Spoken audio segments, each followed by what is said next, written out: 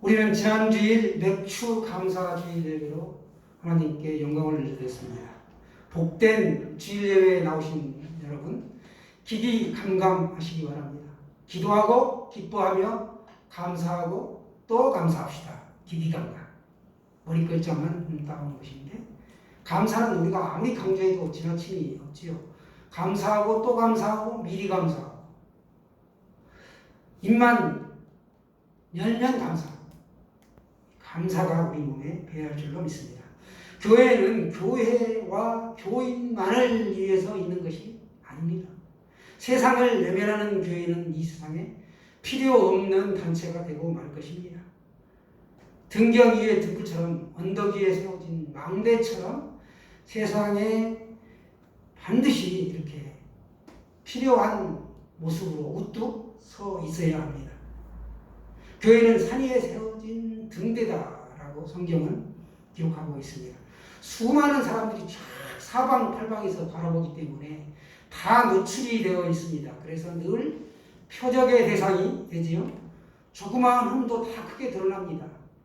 다른 곳의 결정과 부족은 다 묻혀지지만 세상의 등대인 교회는 사방에서 드러나기에 만인의 공격을 받습니다.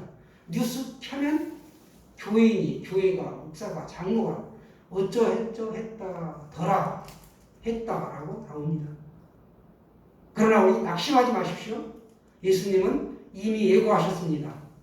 사람들이 나를 박해하였은즉 너희도 박해를 당하고 미움을 받을 것이다 라고 말씀하셨습니다.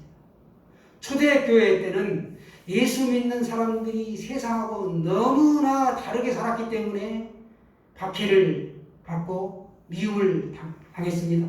그러나 요즘 시대에는 예수 믿는 사람들이 세상과 너무나 똑같이 짝하여 살기 때문에 미움을 받고 있습니다. 우리는 세상에 속하지 않고 예수님께 속한 자들입니다. 이렇게 세상과 구별하여 불러 모아놓은 사람들의 모임이 교회이고, 교회는 세상이 필요로 하는 교회가 될 때 교회가 된다는 것이죠. 교회가 필요해요. 주님께서 너희는 세상의 빛이다 이렇게 말씀하신 것은 교회는 세상을 향해 하나님의 뜻을 펼쳐야 된다라는 뜻입니다. 예수님께서 말씀하신 지혜로 세상을 이기는 예수 그리스도 교회가 되어야 하겠습니다. 우리 집사님 기도한 것처럼 주님이 이 교회에 분명히 말씀하시고 주신 사명이 있는 줄로 믿습니다. 우리가 그 사명을 완성하기 위해서 오늘도 외로이 이 길을 걷고 있는 것입니다. 어두운 세상을 빛으로 비추어 변화시켜야 한다. 결국 교회는 어두운 세상을 밝게 비추는 역할을 감당해야 하는 것입니다. 예수님께서 말씀하신 지혜로 세상을 이기는 교회가 되어야 되는데 예수님이 이 교회의 머리이십니다. 예수님은 제자 베드로에게 교회를 세울 것이라 말씀하셨습니다. 제자들이 성령을 받은 후에 예루살렘에 쭉 모여들었습니다. 이것이 곧 예루살렘 교회가 되었습니다. 예수님이 한 번은 제자들에게 사람들이 인자를 누구라 하느냐라고 물었습니다. 그러자 제자들이 대답합니다. 더러는 세례 요한, 더러는 엘리야, 어떤 이는 예레미야나 선지자 중에 하나다라고 한다라고 대답했습니다. 예수님께서 한참 뜸을 들이시다가 묻죠? 그러면 너희는 나를 누구라 하느냐? 본격적인 질문을 한 것입니다. 이 질문에 다른 제자들이 감히 대답을 못하고 있었는데 시몬 베드로가 성격이 급한 대로 주는 그리스도시요 살아계신 하나님의 아들이십니다. 이렇게 고백했습니다. 우리도 믿음을 가지고 한번 저를 따라서 다 같이 한번 해볼까요? 주는 그리스도시요 살아계신 하나님의 아들이십니다. 살아계신 하나님의 아들이시니이다. 아멘. 베드로의 고백처럼 우리도 그 고백이 있기를 원하며 베드로가 이 말을 했을 때 예수님께서 칭찬을 하시죠. 마태복음 16장 17절 19절 말씀을 한번 보시면 한번 자막으로 한번 볼까요? 마태복음 16장 16, 17절 17절 먼저 보겠습니다.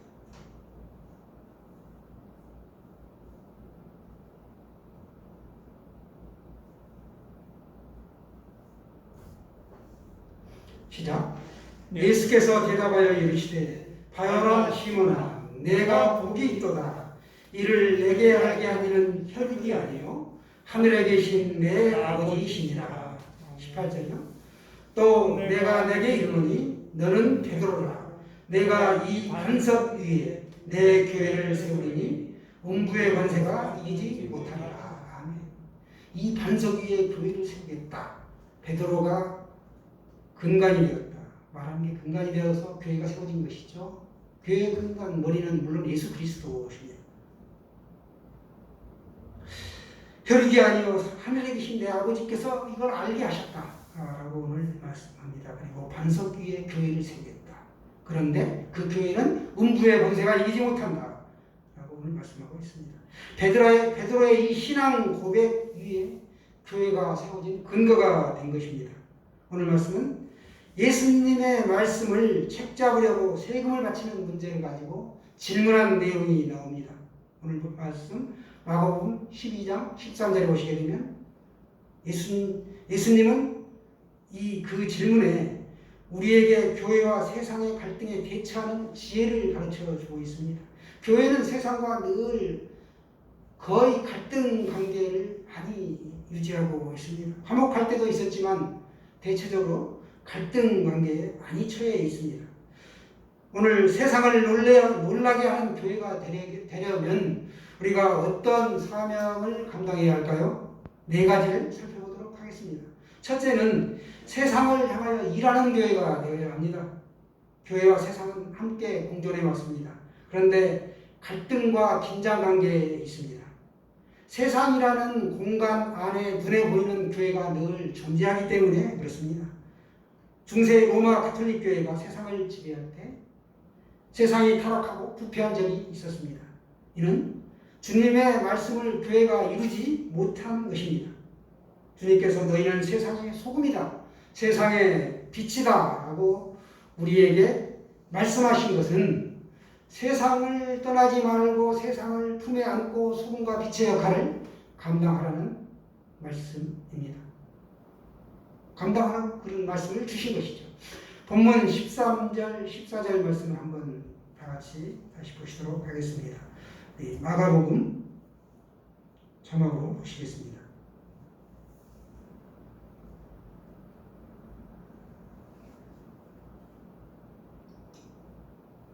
13절, 14절입니다. 시작. 그들이 예수의 말씀을 책잡으려 하여 바리새인과 헤롯 땅 중에서 사람을 보내니 와서 이르되 선생님이여 우리가 아노니 당신은 참되시고 아무도 꺼리는 일이 없으시니 이는 사람을 외모로 보지 않고 오직 진리로서 하나님의 도를 가르치심이니이다.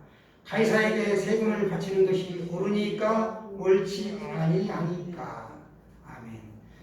가이사에게 그러니까 바리새인과 헤롯 땅 가운데서 보낸 사람이 예수님께 와서 질문을 하죠. 선생님이여 우리가 아노니 당신은 참되시고 아무도 꺼리는 일이 없으시니 이는 사람을 외모로 보지 않고 오직 진리로서 하나님의 도를 가르치십니다. 오늘 이렇게 읽었습니다. 그리고 마지막에 뭐라고 질문합니까? 가이사에게 세금을 바치는 것이 옳으니까 옳지 아니하니까.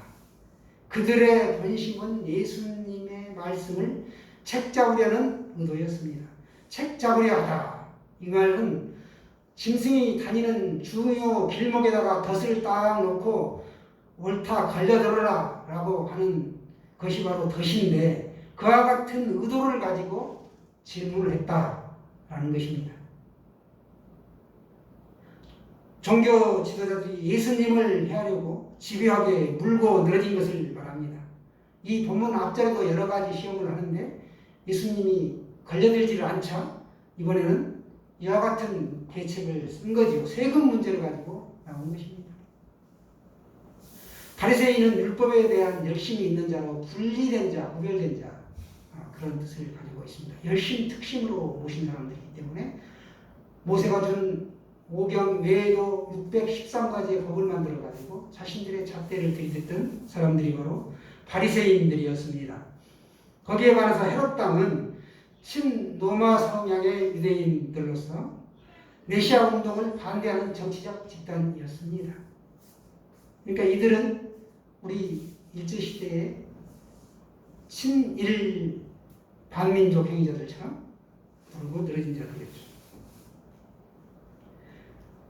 여기서 세금은 해마다 바치는 이 인두세를 말합니다. 사람의 머리수를 계산하여 내는 세금. 그 돈이 곧바로 로마의 국고로 들어갔기 때문에 로마의 속국임을 상기시킨 것으로 유대인들에게는 매우 굴욕적인 것이 바로 이 인두세였습니다. 전체 유대 백성들은 불만이 팽배해 있었고 급기야 열심당원들, 무력을 행사해서라도 독립운동을 쟁취하겠다는 자들이죠. 그들이 열심당원들인데 세금에 반대하여 반란을 일으키기도 합니다. 이러한 상황에서 적대자들이 제기한 이 세금에 대한 물음은 예수님을 순전히 공경에 빠뜨리기 위함이었습니다. 그러니까 납세를 긍정하면 매국노로 뭐라 이런 재판을 시도할 것이고 부정하면 로마 권력에 반역한 것으로 고소할 참이었습니다. 그들은 예수님의 이 교훈이 지니고 있는 진실성과 위대함을 수사학적인 말로 궤변으로 토로한 것입니다. 비록 그들이 예수님을 함정에 빠뜨리려고 했지만 예수님은 이 세상을 배척하지 않으시고 세상을 온몸으로 품고 사랑하며 복음으로 정화시키고 있는 것을 알 수 있습니다. 세상이 아무리 교회를 배척해도 교회는 예수님처럼 세상을 품고 사랑하며 복음으로 정화시켜야 할 의무가 있습니다. 두 번째는 세상을 놀라게 하는 교회는 불의와 애식을 거친 교회가 되어야 합니다. 우리가 살고 있는 세상에는 불의와 죄악, 애식과 갈등, 미움과 시기가 가득합니다. 이러한 현상은 예수님 시대에도 동일하였던 것이죠. 그래서 예수님은 화 있을진저 외식하는 서기관과 바리새인들이여 회치한 무덤과 같다라고 말씀했습니다. 겉으로 보기에는 아름답게 보입니다. 회를 치켜놨으니까 얼마나 멋지게 보입니까? 그러나 그 안에는 죽은 사람의 뼈와 모든 더러운 것이 구더기가 가득하다. 이와 같이 너희도 겉으로는 아름답게 사람들에게 보이고 옳게 보이나 안으로는 외식과 불법이 가득하도다라고 책망하셨습니다. 바리새인과 헤롯당 가운데서 보는 사람이 예수님에게 질문하죠. 우리가 가이사에게 세금을 바치니까 말리까? 라고 시비를 걸었습니다. 가이사에게 세금을 바치려고 하면 매국노가 되고 바치지 말라 하면 로마 정부의 반역자가 되는 곤궁에 빠뜨리라는 이중수책을 가지고 양도론법으로 질문한 것입니다. 대답을 어떻게 하든지 걸려들게 하려는 방법이었죠. 예수님께서 그 외식을 하시고 하십니다. 외식은 위선을 말합니다. 예수님은 이미 헤롯 땅의 교권주의자들과 바리새인들을 위선자라고 질책하셨습니다. 그리고 그들의 비겁한 호의의식을 밝혀내셨습니다. 우리도 불의로 외식하는 부정을 저질러서는 안 되겠습니다. 외식은 먼 데 있지 않고 아주 가까운 데 있습니다. 우리가 사람을 대할 때 모든 사람은 일종의 가면을 쓴다라고 합니다. 정도의 차이만 있을 뿐 누구든지 약간의 가면이 있다라는 말이 있습니다. 아무리 거룩한 성도라도 외식할 수 있습니다. 교회도 외식할 수 있습니다. 그렇지만 교회와 성도는 불의와 외식을 물리쳐야 하는 것이죠. 불의와 외식을 고치고 주님의 말씀대로 우리가 세상에 소금과 빛의 사명을 잘 감당하고 이어나가야 할 줄로 믿습니다. 세 번째는 세상을 놀라게 하는 거룩한 교회는 본의 속성을 알려주는 교회가 되어야 합니다. 사람들이 그리스도 교회에 실망하는 것은 진리 때문이 아닙니다. 그리스도는 좋은데 예수는 좋은데 교회 가기는 싫다. 예수 믿는 사람들이 싫다라고 하는 사람들이 참 많습니다. 대표적으로 인도의 간디가 그런 사람이었죠. 사람들이 실망하는 것은 그리스도 교회의 진리가 자신들이 기대하는 것이 아니기 때문에 그렇습니다. 세상 사람들은 돈을 최고라고 생각합니다. 자본주의 시대가 확장될수록 돈을 하나님처럼 여기는 사람들이 점점 많아지고 있습니다. 돈이 하나님의 자리를 대신하고 있는 것이죠. 그래서 어떤 사람들은 돈을 더 모으려고 수단과 방법을 가리지 않고 애를 씁니다. 부정한 방법으로 돈을 모으다가 패가망신하는 사람도 많이 있습니다. 또 충분한 월급을 받고 일하는 사람 중에도 그런 사람이 있다는 것이죠. 때로 고관과 정치인들이 부정한 방법으로 돈을 모았다가 매스컴에 뉴스거리가 되고 합니다. 일찍이 사도 바울은 부활에 하는 자는 시험과 올무와 여러 가지 어리석고 해로운 욕심에 떨어지나니 곧 사람으로 파멸과 멸망에 빠지게 하는 것이라. 그러면서 이어서 돈을 사랑하니 일만 하되 뿌리가 된다. 이것을 탐내는 자들은 미혹을 받아 믿음에서 떠나 근심으로써 자기를 찔렀도다. 라고 디모데전서 6장 9절 10절에서 말씀하고 있습니다. 돈을 좋아하는 정도가 아니라 돈을 사랑한다는 겁니다. 사랑해요. 하나님의 자리에 돈이 들어가 있는 것이죠.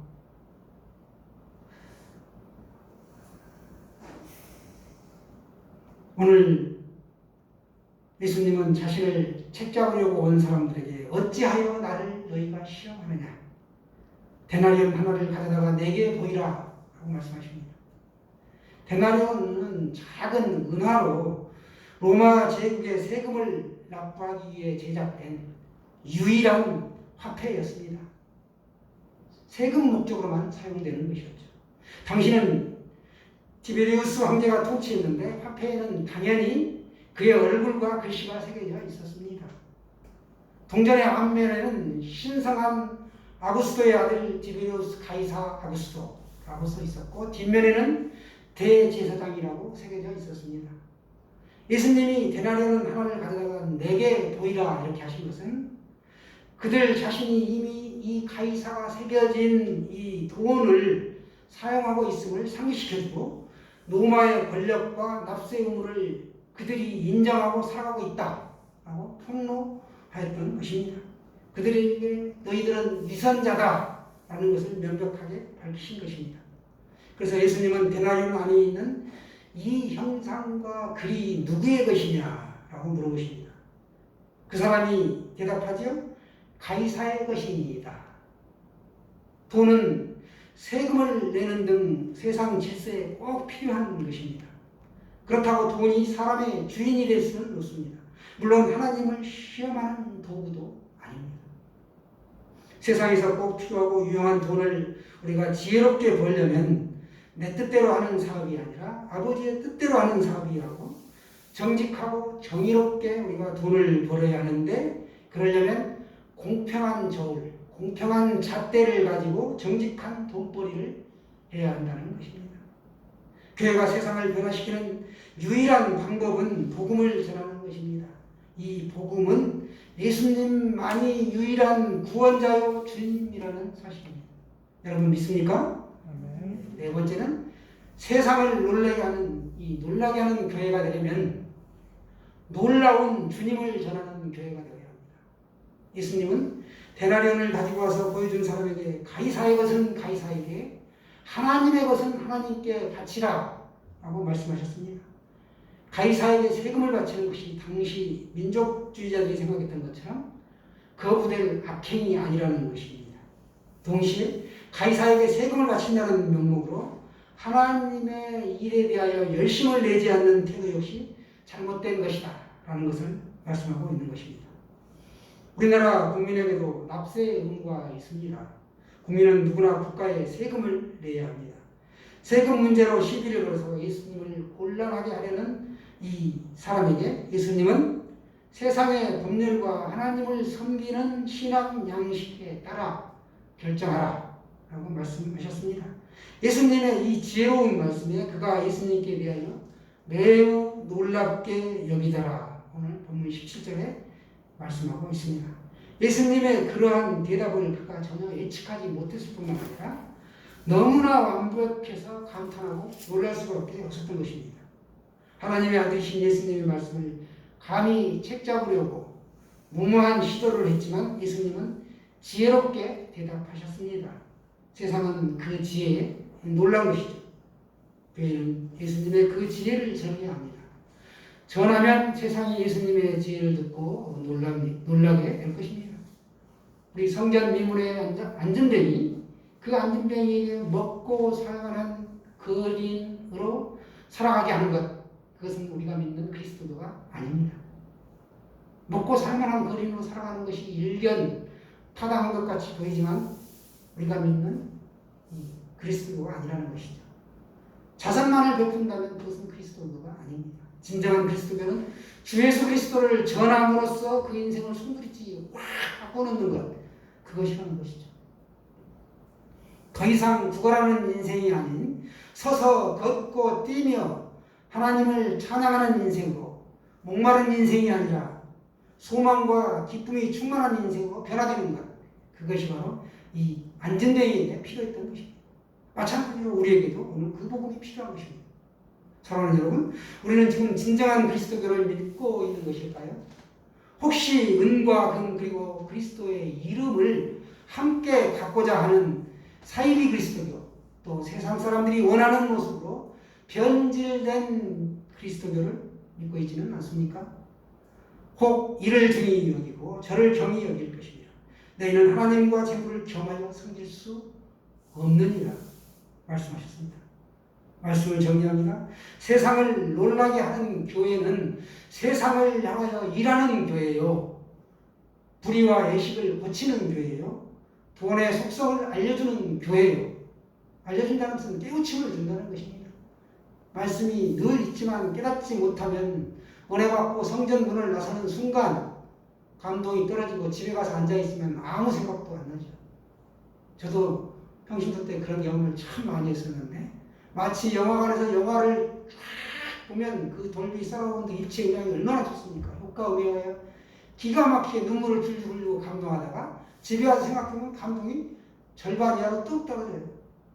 그것처럼 설교 말씀을 듣고 주차장을 나서고 집에 가면 점점 이렇게 퇴색돼서 삶으로 적용이 안 되더라. 그래서 우리는 삶으로 적용이 될 수 있는 신앙이 반드시 필요하다. 그러려면 우리가 거룩한 교회의 일원으로 세상에 대하여 이와 같은 4가지 사명을 감당해야 할 줄로 믿습니다. 우리 예수 그리스도 교회가 그런 사명을 기쁘게 감당할 수 있기를 축원합니다.